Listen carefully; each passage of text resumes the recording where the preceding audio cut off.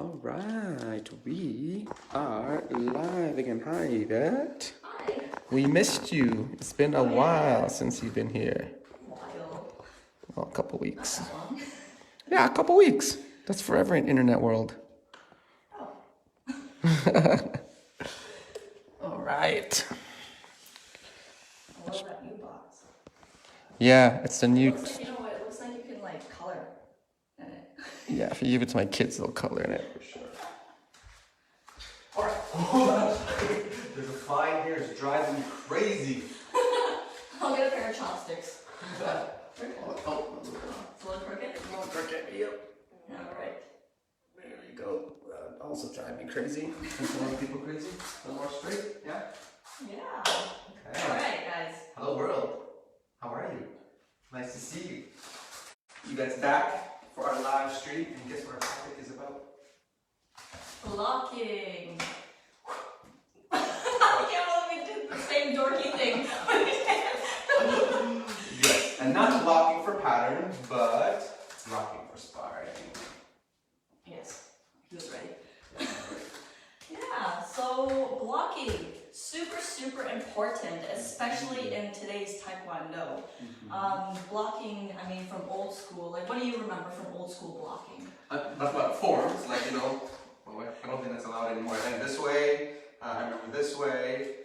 But then for fighting, when you had to basically convince the judge and you never got hit, even if you did, like you just had to like really kind of, the further you put it out, so if you kind of did it here, it wouldn't be as convincing, so you kind of have to stick it out.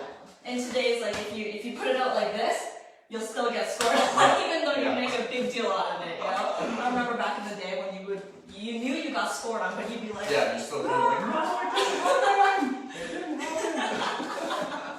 yeah, you can't do that anymore today. Electronic systems don't care.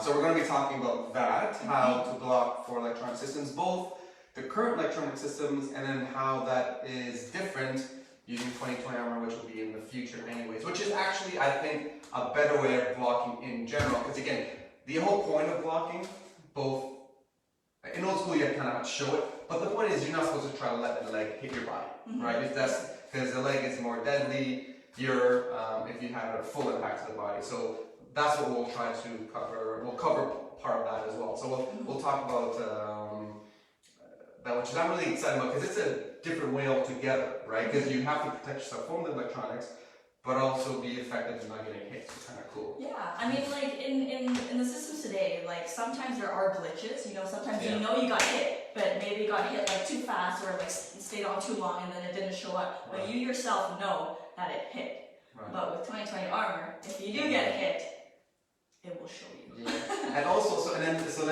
you know, we always say it in all our streams. How do you know if you're getting better, right? We always ask that question, what gets measured gets improved. So we'll also show you a way to measure your blocking, see if you're actually getting better or not. And we'll show you some of that today as well, so that's going to be fun. Yeah. You ready? You're going to be the one who's I blocking. know, I was like, so I was trying to do it, because when Yvette was away, she went back to Vancouver, and I was like, okay, I'll do some of the live streams myself. I'm like, there's one for blocking, like you can't, it's kind of hard, you really need someone to hit you for blocking. Yeah, you can do like some of that, but blocking is really much more effective with Armor. So I am excited, and I am going to, I have to decide whether I'm going to kick or get hit. I decided I'll just get hit, because it's maybe the worst or best of those two. You know. Yeah, so I'm ready to hit it. Alright, so first, I want to talk about holding your form. You know, back then in the old school way, we used to hold our form basically like this. Right. If somebody came, we would do a low block like this, show off that I didn't get hit, even though you did. Right down here, low block also, but, you know, in today's Taekwondo with electronic scoring, you really literally need to cover your entire chest guard, right? So a lot of people these days are holding their form like in a way that's making like the biggest surface area with your arms, right? So elbow bend covering this side of your chest protector and this arm right here, just like that. Or the other way around, I don't know, it's like zigzag. Right. Your other hand can be underneath, or the arm in front can be underneath, just like that, covering. It's whatever is natural. Yeah, exactly. I mean, it's not really natural for me to cover like that, but yeah, one way you can work on that, because I know it's really easy holding your form like this, just bouncing. But what if you're attacking? What if you're countering? What if you're in the clinch? You can't really think about two things at once, right? Like while you're kicking, your arms naturally want to go backwards and up here. So one of the things I came up with was this is really cool. I actually, when Yvette showed this to me for the first time, I was like, yeah, that makes a lot of sense. That makes a lot of sense. Yeah, I know. Mind works in mysterious ways. So a lot of people, you know, I see them training and they're holding like objects in their hands. Like we can say, like, oh man, this fly is irritating. They hold basically like two little things in their hands to keep their form together, you know, as a reminder. But I find that with things separate in your hands, when you're kicking, your arm still goes different ways, right? And let's say if we're fighting each other, I'm holding this. I do a kick this way, but he can counter me right here, just like that, right? So how do we keep our hands together without kind of restricting our movements, our motions in our natural kick, right? So that will help force you to keep your hands closed, which is one part of it. It's a part of it, but it doesn't solve the gap opening, which is the major issue. Yes, the gap opening. So if anybody has like an elastic, this is really simple to get. You can get it at, I don't know, like a Walmart or like a sports store or Amazon online. Yeah, it's not that expensive. And the thing I like about this is that when you're holding your form, you can hold it in whatever way that you want. So let's say my elbow's right here, my arm's right here. Let's hold it this way. You're holding it like this. This is a reminder. Just like this. This is a reminder to keep your hands in front of you. But it doesn't restrict you from moving your hands as well. So when I'm kicking, my hands can move a little bit. It gives you a little bit of tension, but also reminds you that you need to keep your hands there. So this is a great way to train your body to have that muscle memory right there, right? So if I'm kicking right here, I'm holding my form, holding this elastic, kicking, boom. My hands still move a little bit, but they're still there, right? So you can practice that attacking, you can practice that countering. In the clinch, it's a little bit different. We'll go over that in a bit. So yeah, just as plain, simple, elastic. I mean, you can try it too. And you hold it. And you use this for different kinds of training. Yeah. It's very versatile, right? It's not just for blocking, so it's probably pretty cheap too. Yeah. So you basically can hold it any way you want. It's just a constant reminder to keep your hands in front without restricting your movements while you're kicking. Right? Cool. Yeah, I like that one. Yeah. Awesome. Okay, so now let's get into actual blocking and training it. So there's two things I want to work on. One is speed, okay? Are you ready? I'm ready. One is speed and one is the strength portion. So a lot of the blocking really works on your upper body, right? So with speed, we'll go over that first. If you have a partner or mom or dad or anybody that is not afraid of whacking you, I'm not afraid of whacking Ali. The first thing you want to do is, number one, stay static, okay? When you're static, holding your form, is that how you hold your form naturally? Yeah. Alright, so you're holding your form like this, working on speed, just staying on the spot, basically blocking everywhere. How's your blocking, Ali? Not good. Okay, it's pretty good. Okay. I'm like a boxer, yeah. Yeah, basically, boom, boom, boom. Staying on the spot. Alright, very good. Very good, not bad. Okay, and the second one, if you want to go up one, so let's say your partner's doing well on that one, we can move to the next step. Next step is footwork. Okay, so we'll do this one. You whack me. Okay, so you work on two things now. So once you're good at just static blocking, you're going to do a two-step. 1, 2, 1, 2, 2, 1, 2.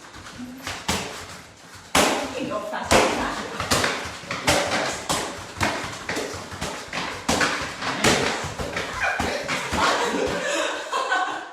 Alright, yeah, so once you get better and better on like the first level, you can move on to moving your feet. Then on the next level, you can move on to kicking. So let's say your coach has a whistle. We're doing our two-step. Boom, boom, boom. And you say go. And I do 3 kicks. Go. Give me a kick. Oh, I kick. Yeah, no, you give me a kick. Okay. With the target. Oh, sorry. Yeah, I'm kicking the target. Yeah.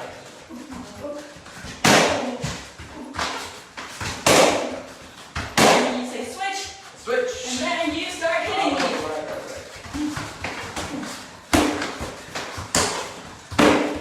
Switch.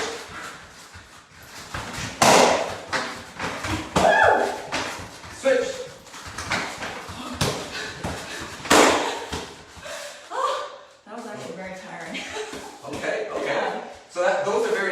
I'm looking at your computer like I'm talking about. Those are very interesting drills for blocking. So one was the speed. These are all maybe speed ones. These are speed ones basically. So you had the static, you had the moving, and then you had the moving with the kicks. Yeah. Which is really cool. So we showed you how to do it. Now the ultimate question is, how do you know if you're improving? How do you measure it? How do you measure your blocking? Well, I've got an answer for you. Probably keep these on anyways. Size 2, size 3. Get as much coverage as possible. So we'll show you the same exercise and then show you how to improve it. Because a lot of athletes ask me like, okay, how do you use the vest for different kinds of training? And actually this one came through one of our coaches. He was doing this with one of his students. I'm like, this is an amazing idea. So we decided to share it with you guys. So basically we do the exact same exercises that Yvette just showed you. And I'm going to put it on game 9. So you actually don't need your phone with this one at all, okay? And I'm going to put it on health level 1, and then it's 60 seconds. So game 9, just so you know, I'll just kind of show up. It's a very simple game. All that happens is the lights light up. Kind of hard to see because it's really kind of bleeding out here with my phone, but basically there's a white section, green, yellow, and red. And as you get hit, okay, you can see kind of goes down a little bit. Getting closer to the health. Yeah. Okay, see now I'm in red, you can see red clearly. But basically every time I get hit, it goes down more and more. Okay, and then this is my timer. So, finish myself, and then if I finish, losing my health, I lose. So now you can see how this will apply to the blocking training. So we're going to do the exact same exercises, but we'll put it on for 60 seconds, right? And then we'll start the game, and we'll basically see how much health I have at the end of 60 seconds.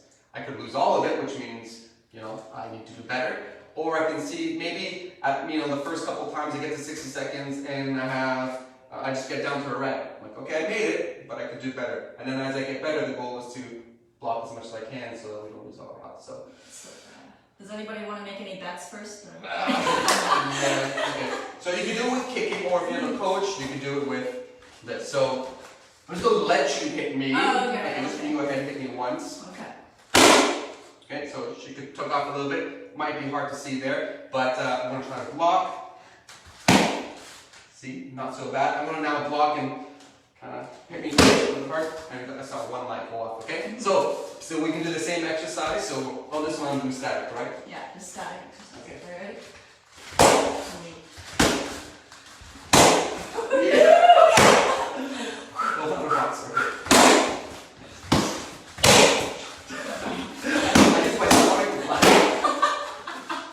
This is a really fun game, actually. Like it's. And the thing it makes there's more stakes than mine when that's like a good cut. That's a cut kick. Yeah, That's actually a cut kick. So stop. So I got a little bit of hard, a little help that. That's why I got a couple more seconds. But what's interesting is now that I have something on the line and you have a target too, there's a lot more like stress involved in it, right? So you have a specific goal. So in this case, I told her stop. So that's why I went green. I made it to the end. But yeah, now you have a measurable way of knowing if your blocking is actually working, right? So that was a static one, and then if we did the movement one, same thing, and then the kicking one, same thing. So what gets measured gets improved. So that is one way of measuring your blocking. Yeah. Another thing, actually, you can do this. It's actually good for both partners because we can maybe set it for 30 seconds. We can set it for 1 minute, and let's say coach says that you have 30 seconds to deplete his health. Right. So that's my goal, but your goal for 30 seconds is to just keep himself alive, right? So it's not just only for the blocking, it's also for the kicker as well. Yeah, if you have a training partner that can kick you, absolutely, that's a great way. Yeah, that's okay. I'm just saying, like other people, if you don't have that training partner, then yeah, that's a great way to go back and forth from attacking and blocking, absolutely. Yeah, again, I'm only using a target right now, but when we actually get to kick each other, like in a sparring match, then it's really, like, it's yeah, and the other thing that you'll notice when we actually see that you're getting hit and your health is going down is, like, I thought I blocked something, right? But then the wraparound, right? We always, it's a thing that we kind of forget, right? Is that the leg is kind of long and pretty strong, and you still will get hit if you have it in the wrong place. So we'll get into strength in a second, but you'd be surprised how often you get hit when you actually think that you're blocking, but actually it's not really working. Yeah, I mean, like some people I know, they train a lot with their coaches without like wearing just a regular chest guard, and coaches going wild at them. Yeah. So like, and you can't really calculate that, like actually how many blocks that you actually block, right? Right. Yeah. So that was one of those. That's super fun. Again, that was only static. The next one you could do is moving around, is actually kicking and you kicking as well. Right. And the thing is, like, if you have two chest guards, you can actually do it together. Yeah. Who can deplete each other's points first? Yeah. Right. Yeah. Exactly. Yeah. So if you put it on game 2 game 1 energy scoring, and play it just for the purpose of blocking, you could do that as well. All right. So now that we got through that, I have a few strength exercises for you guys to work out your upper body, because blocking is super important. You're going against a kick, right? So it's very, very hard. If I go like this, you're never going to win with just blocking out with one arm like that, right? So we really need to work on our upper body. So I have a few exercises that I want to share with you guys. Oh, Ellie. So if you guys have any weights, like maybe a slam ball or like a sandbag or anything like that, that's very helpful. With the blocking, so when we block, our whole body has to tense and has to brace in that moment, right? So what I want first, Ali, to do is to find that bracing moment using one of these weights, okay? So what I want him to do is just standing up here, basically on the side, holding his form facing me. He's going to take the sandbag or a medicine ball or anything, jump up, and slam it down. When you slam down, your body is fully braced, and that's exactly the type of technique you want when you're blocking. You want to brace yourself and have everything tense. Okay, so right after he does that, he slams, and get ready, and now I'm going to whack him with my target. And then he's going to use the exact same muscle, exact same tension as he did using the sandbag throwing down, and be whacking him. Alright, and we can also do that like turning on too. Yeah. So we'll just show you one demo of that. Okay. I'm going to do one sandbag. One leaves. Right. One just fine. So same thing from up here, slamming it down, that tension right here, bracing your body the same as when you're blocking. And then right? Fighting stance, and then you're ready for the block. Okay. Fighting stance. Can they see me? Or we go? Okay, so neutral stance. Do you feel that? Do you feel that kind of tension with that slam? Like again, the heavier you go, the more tension you're gonna have, right? So this one's only about 20 pounds. Yeah, that's pretty good. Cool. So again, one more time. I'm gonna hit him a few times after that, because when he slams, his body knows that bracing position, right? So it's very easy for you to go back at it. Maybe about 3 times after.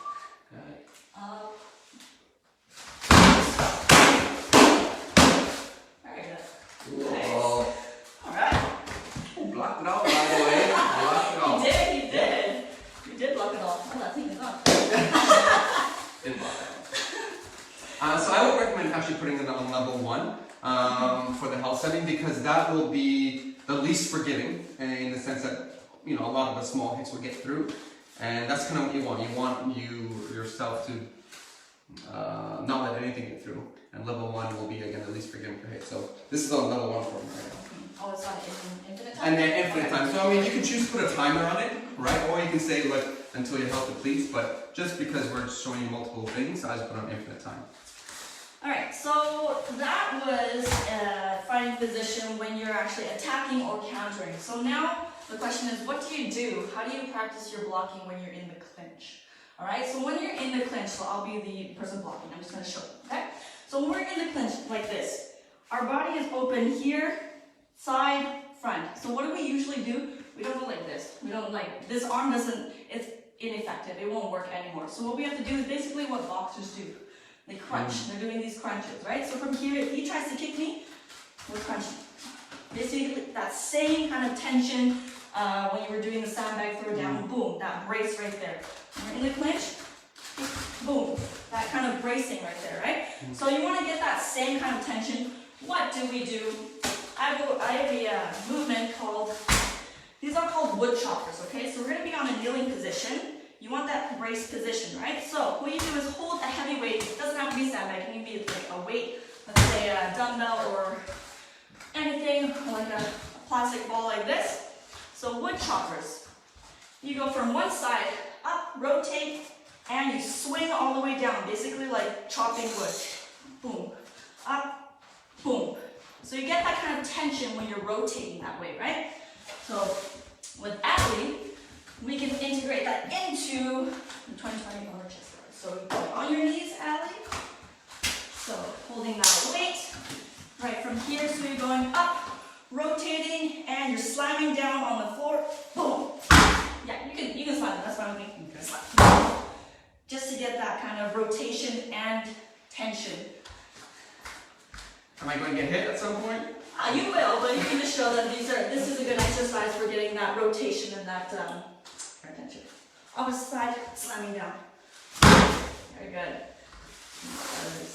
Feel it. Yeah, it's really cool how specific you feel that right Yeah, there. on your side.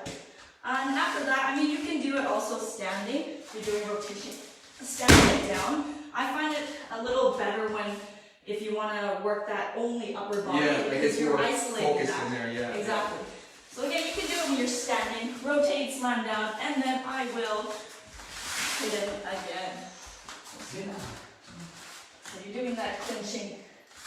And so the clinching one? Yeah, the clinching one.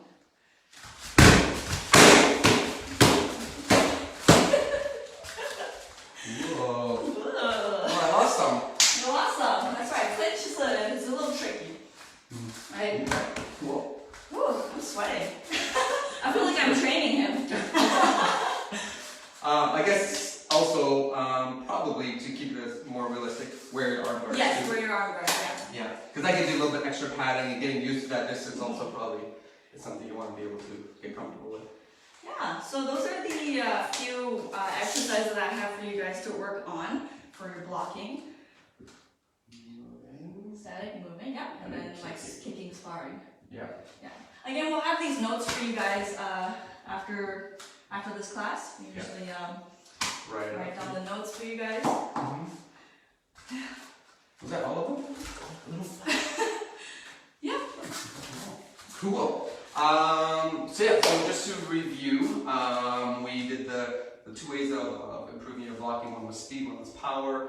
We showed you how to use game number 9 to actually tell if you're improving. One point I wanted to make a differentiation for today's game with KPP and Dado, where the sensor on the stock has to make physical contact with the vest for the score to happen, which is why we try to do the most surface area in your arms to block. That sort of blocking won't work as well with 2020 armor when we start introducing a professional model vest, because it will work in the sense that it will muffle the power that is translated into your body, so it'll take some of it away. But because our system is based on impact, whether that impact was indirect as well, i.e. through a block, you'd still lose energy, right? So actually some of the old school blocking strategies will work, which was more around the best block is getting out the way, right? As in like, don't get hit at all, right? That is the best block you can have. So a lot more stepping and being really good with your movements, sideways. So if you guys kicking me with that leg, just getting out, just deflecting out of the path of the energy is your first set, right? Then if you have no choice, the second one is blocking, but putting something in the way, right? Because then in old school, the idea is that would maybe muffle the sound, because sound is a part of whether a score happened or not. But with our system, it'll still deflect. The arm will take some of the energy, so you wouldn't lose as much. So maybe instead of 10%, you might lose 3 or 4% something, which is still better than nothing. So that strategy will change, going back to a little bit more old school stuff. But regardless, being aware of where things are when it comes to your body is something you should always be training for, and that won't change. And that's something you can consistently transfer over when the systems do eventually change. That's all. Yeah. Ooh, cool. Well, that's all we have for today. Yeah, that's all we have for today.